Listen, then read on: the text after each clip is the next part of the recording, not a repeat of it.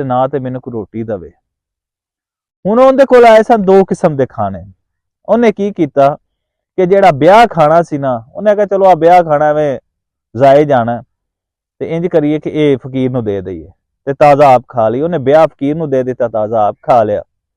ਸਵੇਰ ਹੋਈ, ਬੰਦਾ ਜਾਣ ਲੱਗਾ ਆਪਣੇ ਘਰ ਨੂੰ, ਤੇ ਉਹਨੇ ਆਖਿਆ ਬਾਬਾ ਜੀ ਮੈਨੂੰ ਉਸ ਗੱਲ ਦਾ ਜਵਾਬ ਤੇ ਦੇ ਦਿਓ ਜਿਹੜੀ ਰਾਤੀ ਨਸੀਹਤ ਕੀਤੀ ਜੀ।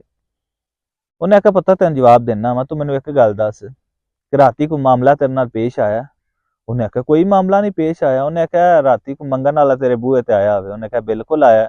ਉਹਨੇ ਕਿਹਾ ਉਹਦੇ ਨਾਲ ਕੀ ਕੀਤਾ? ਉਹਨੇ ਕਿਹਾ ਮੈਨੂੰ ਉਹਨੇ ਆਖਿਆ ਵੀ ਅੱਲਾਹ ਦੇ ਨਾਂ ਤੇ ਕੋਈ ਰੋਟੀ ਦਿਓ, ਤੇ ਮੈਂ ਉਹਨੂੰ ਬਈ ਰੋਟੀ ਤੇ ਵਿਆਹ ਸਾਲਨ ਦੇ ਦਿੱਤਾ, ਤੇ ਤਾਜ਼ੀ ਰੋਟੀ ਤਾਜ਼ਾ ਸਾਲਨ ਆਪ ਖਾ ਲਿਆ। 2 ਕਿਸਮ ਦਾ ਖਾਣਾ ਆਇਆ ਸੀ।